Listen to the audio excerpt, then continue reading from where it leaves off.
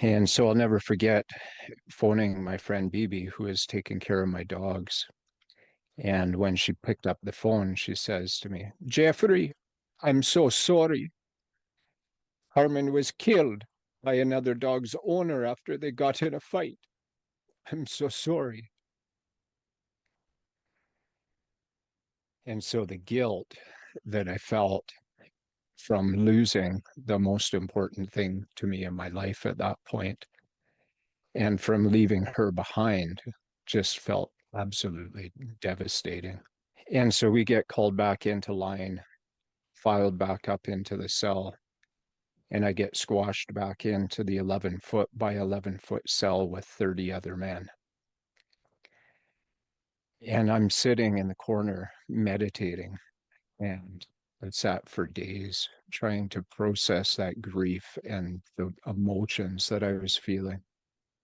And Carmen's image is just burned in my mind.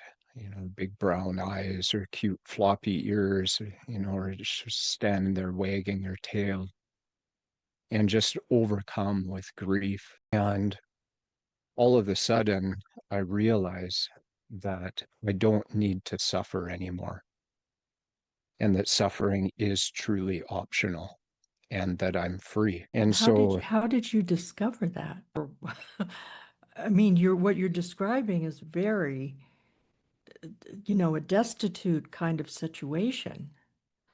And then yeah, all of a sudden, there was this wonderful insight that you got.